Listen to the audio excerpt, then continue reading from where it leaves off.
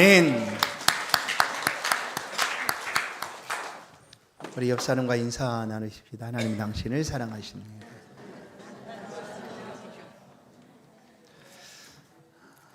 말씀을 붙잡으라 라는 제목으로 함께 은혜 나누겠습니다. 우리 믿음의 선진들은 이렇게 고백합니다. 주의 말씀이 어찌 그리 단지요 하고 고백합니다. 오늘 우리도 이런 간절한 마음으로 하나님 앞에 있습니다. 하나님, 내게도 말씀의 은혜를 주옵소서. 그 말씀의 단맛을 내가 이 시간 경험하기를 원합니다 하는 마음으로 주 앞에, 말씀 앞에 선 여러분 모두에게 이 시간 하나님의 은혜와 축복이 있기를 간절히 축원합니다. 우리가 살아가는 삶의 자리에 과연 하나님의 말씀이 있는가? 누군가는 얘기합니다. 하나님 말씀과 상관이 없어. 나는 내 삶을 사는데 바빠. 힘들고 어렵지 라고 얘기합니다. 그러나 하나님의 말씀은 그 말씀을 믿고 붙잡고 살아가고 있는 성도들의 삶에 늘 함께 동행하고 있다라는 사실입니다. 우리가 살아가는 모든 곳에 하나님의 말씀이 언제나 여러분과 함께 있기를 주의 이름으로 다시 한번 축원합니다. 오늘 본문은 이 말씀을 붙들고 살아가고 있는 사람들의 모습을 우리 가운데 들려줍니다. 그런데 그들이 살아가고 있는 삶의 모든 곳에 말씀을 가지고 찾아오신 예수 그리스도의 모습을 우리 가운데 들려줍니다. 본문의 내용을 보시면 예수님께서 호숫가로 가십니다. 이 호수는 갈릴리 호수, 게네사렛 호수라고 불려지는 호수였습니다. 그날 그곳에 많은 사람들이 예수님을 찾아왔습니다. 얼마나 많은 사람들이 찾아왔는지 인산이네, 그야말로 사람들로 가득 차게 되었고, 예수님은 밀리고 밀려서 결국 바다, 곧 호수가로 이렇게 밀릴 수밖에 없는 그런 상황이 되었습니다. 그래서 예수님께서 그 호숫가를 둘러보다 배에서 일하고 있는, 수고하고 있는 사람들의 모습들을 봅니다. 그리고 한 배에 이르러 내가 좀 올라가겠소. 그러니 이 배를 좀 띄워주시오 하고 요청을 합니다. 그렇게 해서 배를 띄우고 호수 위에서 예수님은 말씀을 전하셨습니다. 많은 사람들을 하나님의 말씀으로 가르치셨습니다. 그런 후에, 말씀을 마치신 후에 예수님께서 그 배 주인에게 이렇게 말을 합니다. 5장 4절을 보시면 말씀을 마치시고 시몬에게 이르되 깊은 데로 가서 그물을 내려 고기를 잡으라라는 거예요. 그 배 주인은 시몬이라는 사람이었습니다. 베드로였죠. 그리고 그 베드로를 향하여 주님께서 깊은 데로 가서 그물을 내려 고기를 잡으라라고 말씀을 합니다.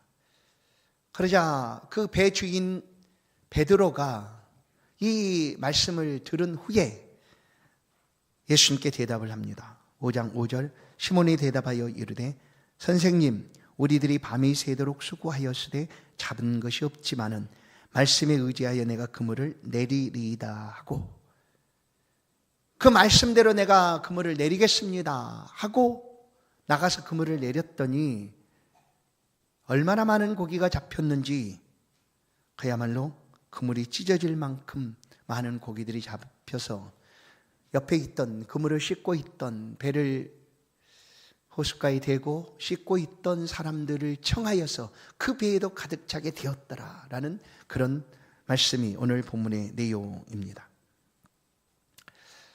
이 베드로가 살아가고 있는 그 호숫가, 이곳은 어떤 곳일까? 베드로에게 있어서 그의 직장이죠. 그의 삶의 터전입니다. 베드로는 호숫가에서 어부로 삶을 살아갔습니다. 그곳에 생계를 유지하고 또 필요한 것들을 공급받고 그렇게 삶을 살아가고 있던 그 장소가 바로 이 호숫가였습니다. 호수였습니다.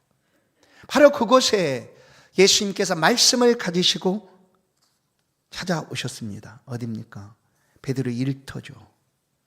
베드로가 일하고 있는 그 호숫가로 예수님께서 말씀을 가지고 찾아오셨습니다. 그런데 5장 4절을 보면 5장 5절 베드로가 말할 때 우리가 밤이 맞도록 수고하였으나 잡은 것이 없습니다 하는 말씀을 통하여 그 전날 고기를 잡기 위하여 호수로 나갔던, 깊은 곳으로 갔던 그 베드로가 아무것도 잡지 못하고 얼마만큼 힘들었을까 하는 것을 우리가 알 수가 있습니다. 힘들고 낙심하고 그리고 지쳐있는 그를 향하여 주님이 찾아오셨다는 거죠. 여러분, 고기를 잡기 위해서 얼마나 많은 시간, 얼마나 많은 그물을 내렸겠습니까? 그 모든 시간이 소득이 없으므로 너무나 지치고 힘든 거예요. 오늘 우리가 살아가고 있는 삶의 자리도 이런 일들이 일어나게 됩니다.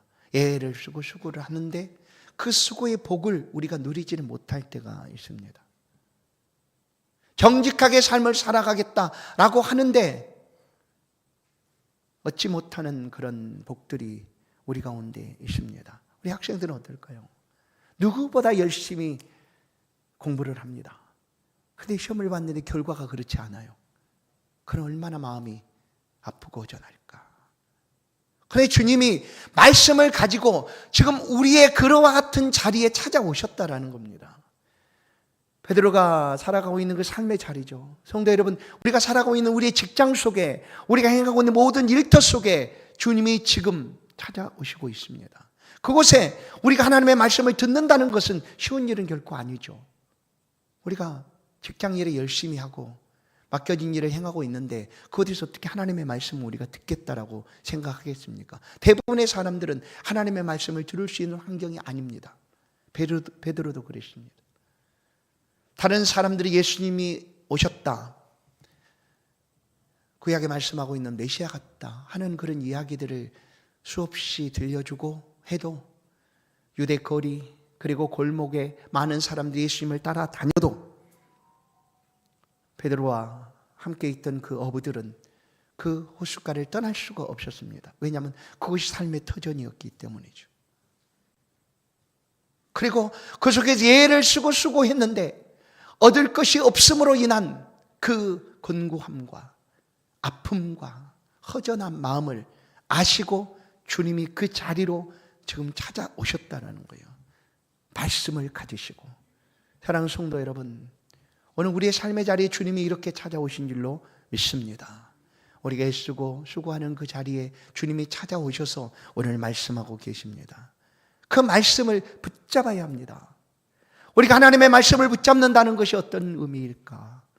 베드로의 삶을 통하여 우리가 살펴볼 수가 있습니다. 베드로는 일하는 일터에서 말씀을 들을 수 있는 시간을 가질 수가 없었습니다. 베드로뿐 아니라 함께 살아가고 있는 모든 그곳에 살고 있는 어부들도 마찬가지였죠.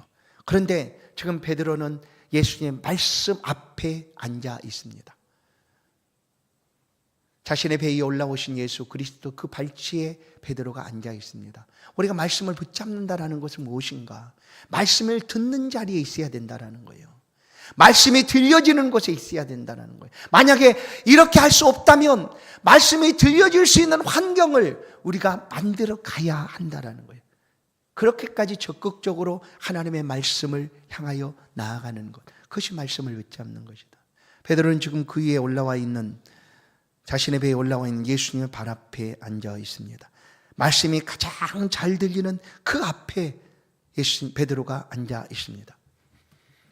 예수님께서 예루살렘으로 올라가실 때가 있었습니다.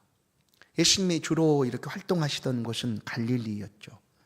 갈릴리, 나사렛 동네, 그리고 갈릴리, 물론 온 지역, 유대 전 지역을 다니셨지만 갈릴리에 계시다가 유대 예루살렘으로 올라갈 때가 있었습니다. 그 올라갈 때가 되면 예수님은 베다니에 살고 있는 한 집을 꼭 찾아가셨습니다. 그 집은 바로 나사로, 마르다, 마리아가 살고 있는 삼남매의 집이었습니다. 그 집에 찾아가면 가장 첫째 누이 마르다는 예수님을 위하여 맛있는 음식을 대접하기 위해 열심히 분주하게 준비를 합니다. 오늘 예수님 어떤 음식을 대접해 드릴까 하는 일로 굉장히 바빴습니다. 그런데 둘째 누이 마리아는 예수님이 오시면 그냥 예수님 앞에 그냥 앉습니다. 우리말로 턱 깨고 있는 거죠. 예수님만 쳐다보고 있어요. 예수님만. 이 모습을 첫째 누이 마르다가 보고 예수님께 불평을 합니다. 예수님, 나는 예수님 대접하려고 이렇게 애를 쓰는데 저 마리아 좀 보십시오. 예수님 앞에 그냥 있잖아요. 그러니까 좀 얘기 좀 해주세요. 너 언니 좀 도와라 가서.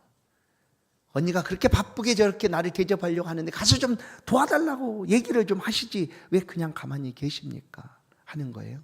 요한복음 10장 39절. 그에게 마리아라는 동생이 있어 주의 발치에 앉아 그의 말씀을 듣더니, 뭐예요? 주의 발치에 앉아 주의 말씀을 듣더니예요. 예수님의 발치에 앉아서 뭐 하고 있는가 하면 말씀을 듣고 있었다. 말씀을. 그런데 마르다가 이렇게 얘기하니까 예수님이 마르다에게 다시 한번 얘기합니다. 42절에 보면 몇 가지만 하든지 혹은 한 가지만이라도 족하니라. 마리아는 이 좋은 편을 택하였으니 빼앗기지 아니하리라 하시니라. 여러분, 마리아는 이 좋은 편이다라고 얘기합니다. 좋은 편을 택하였으니라고 얘기합니다. 우리가 주의 말씀을 붙잡는다라는 것은 우리가 선택해야 되는 일입니다. 우리가 선택하고 그것을 택해야 되는, 붙잡아야 되는 일입니다. 마리아는 좋은 편을 택하였다라는 거예요. 말씀을 듣는 것을 택하고 그 앞에 있습니다. 오늘 우리가 주의 말씀을 붙잡는다라는 것은 이렇게 우리의 삶의 자리에서 선택해야 되는 일입니다. 우리가 살아가고 있는 삶의 자리에 하나님의 말씀이 들려지지 않아요. 그러니까 난 들을 수가 없어요. 이렇게 말하는 것으로 끝나는 것이 아니라 말씀을 들을 수 있도록, 그 말씀을 붙잡을 수 있도록 우리의 삶의 환경을 바꾸라는 거예요. 여러분, 우리가 하나님의 말씀을 가지고 있지 않습니까?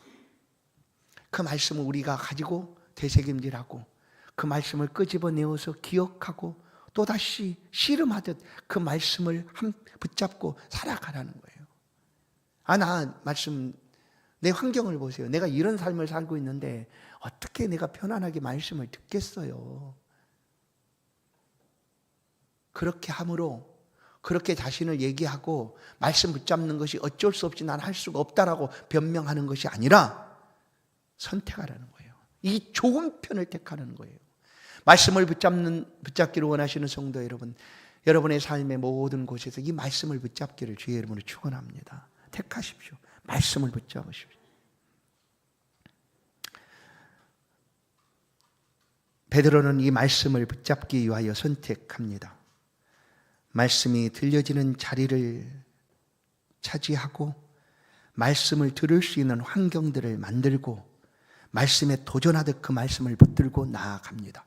그것이 오늘 베드로의 모습에서 우리가 발견하게 된 은혜죠. 베드로가 지금 말씀을 붙잡기 위하여 그렇게 합니다. 보십시오. 그 호숫가의 배가 베드로의 배밖에 없었을까요? 호숫가에 고기 잡는 어부가 베드로밖에 없었을까요? 아니죠. 그 새벽녘에 배들이 들어와서 이제 다음 날 또 저녁에 고기 잡으러 가기 위하여 준비를 하고 있는 배들이 아주 많이 있었어요. 아주 많이 있었어요. 주님이 보시고 어느 배에 오른다고 하실 때 선뜻 오십시오. 내가 당신을 영접하겠습니다. 할 사람이 얼마나 많았을까? 아주 드물었겠죠. 왜냐하면 지금 이 시간이 너무나 중요한 시간이거든요. 어부들에게는. 그래서 삶의 자리에 굉장히 중요한 일을 지금 행하고 있습니다. 그물들을 다시 손질해야 되고 구멍난 것 끼우고 또 어구들을 다시금 정리하고 고기를 잡기 위하여 이렇게 준비해야 되는 아주 중요한 시간입니다. 그렇게 하지 않으면 다음 날 또 고기 잡기가 어려우니까. 그런데 그 시간에 누군가가 와서 그렇게 열심히 하고 있는 시간에 와서 배를 좀 띄워주시오 하면 누가 선뜻 네 그렇습니다. 오십시오. 우리 배에 올라오십시오. 내가 띄워주겠습니다. 하겠느냐 하는 거예요. 그러나 베드로는 이걸 선택한 겁니다. 베드로 거절할 수 있잖아요. 제가 너무나 바빠요. 우리가 늘 일상에서 하듯이 내가 너무나 바빠요. 너무나 힘들어요. 그래서 내가 할 수가 없어요. 말하듯 베드로도 그렇게 할 수 있지만 베드로는 선택합니다. 말씀을 선택하죠. 말씀을 듣는 자리를 선택합니다. 그리고 자신의 배를 그렇게 환경을 만들고 말씀이 들려질 수 있도록 그렇게 제공합니다.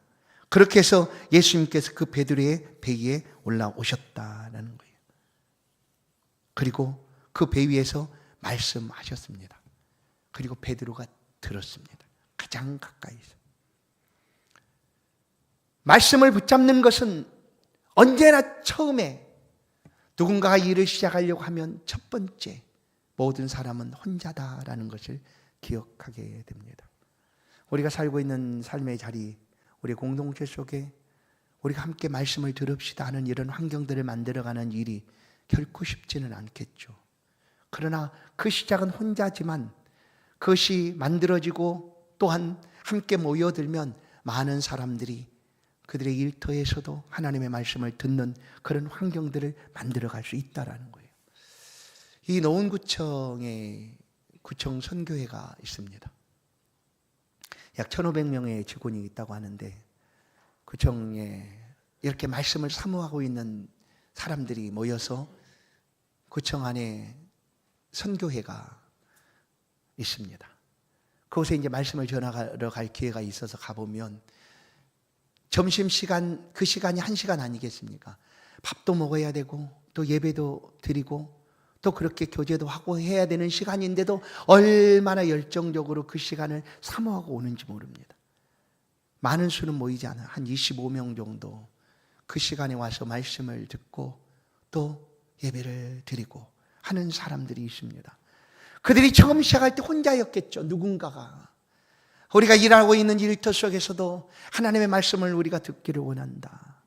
그래서 지금은 선교회가 조직되어 있고 그리고 매주 하나님의 말씀을 전하는 목사님들이 가서 전해주고 담당하는 그런 사람이 있고 그런 선교회로 조직이 되어 있습니다. 그리고 그들이 함께 모여서 구청을 위하여 기도하고 또 하는 일들을 위하여 기도하고 있는 모습을 봅니다. 노원 경찰서도 마찬가지입니다.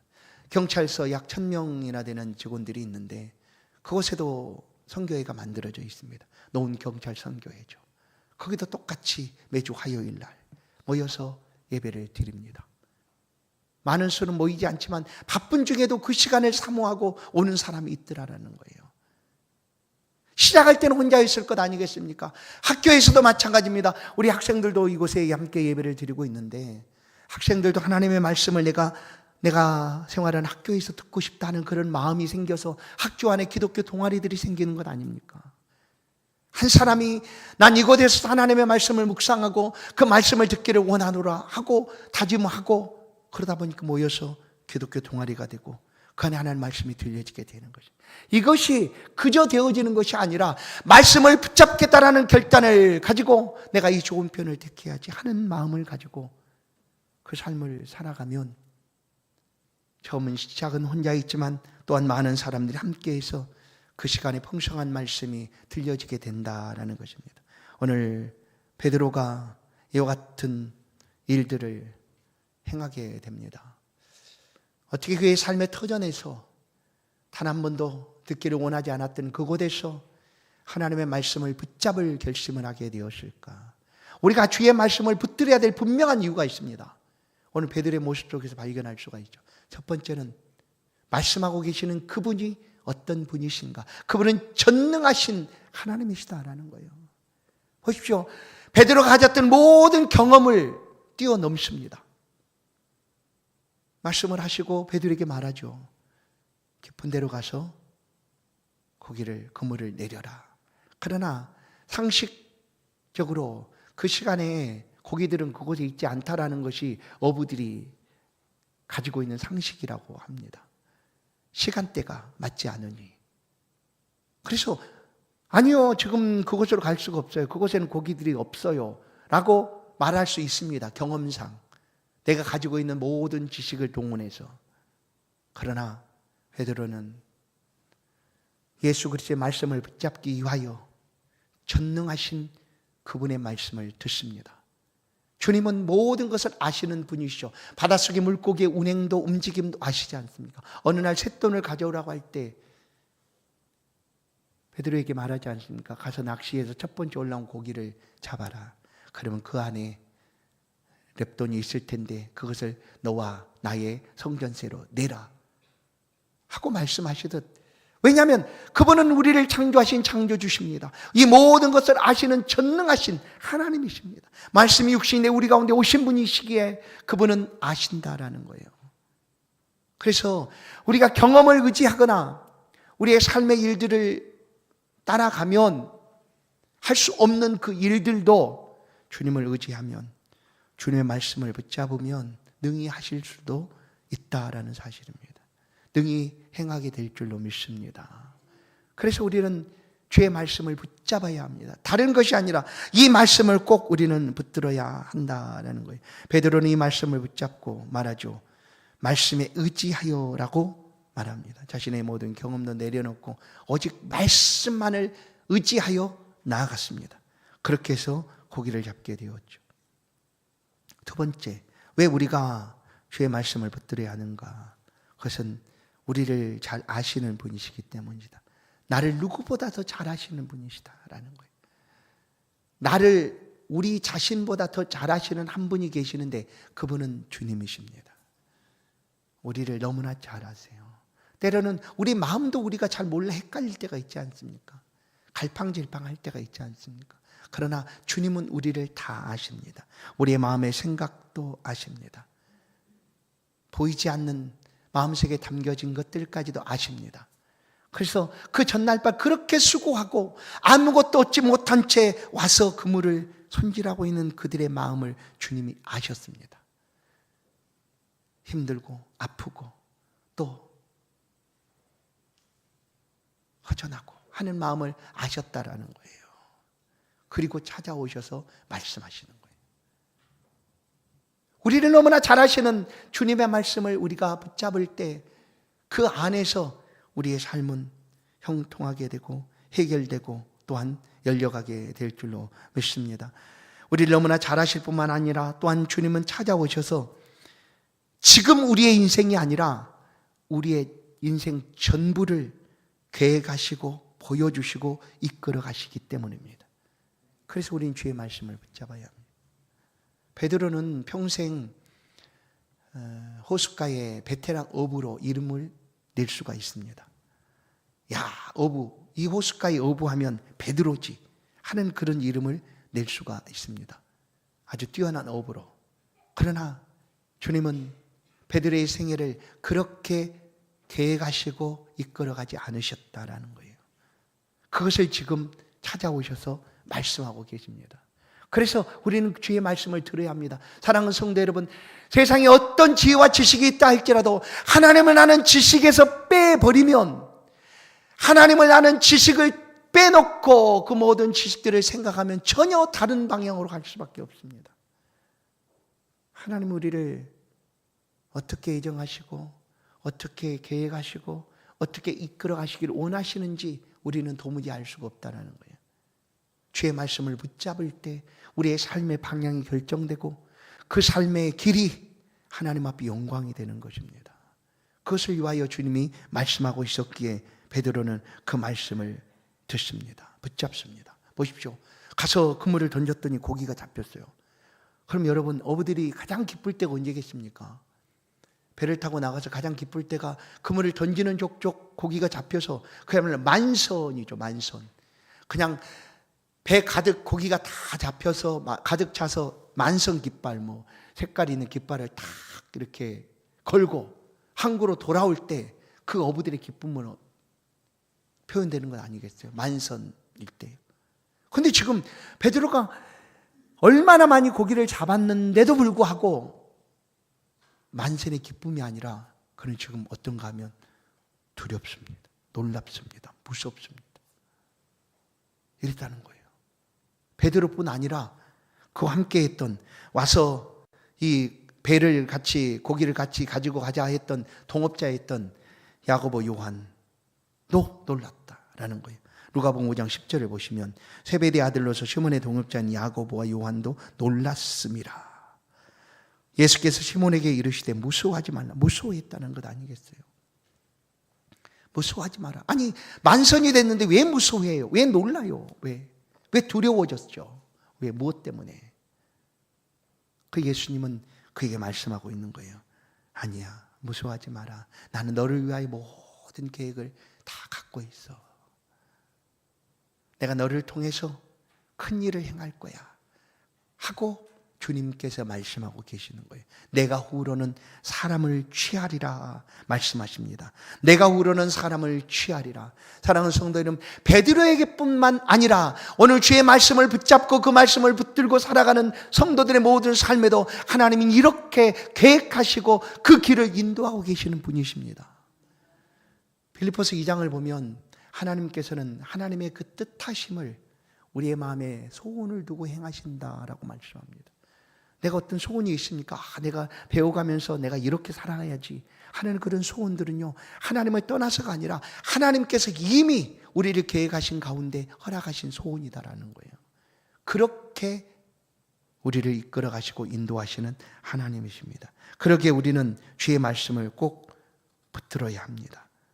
그럴 때 우리의 길은 형통하게 될 것이고 또한 우리의 삶에 하나님의 영광이 임하게 될 줄로 믿습니다. 이제 우리의 시간입니다.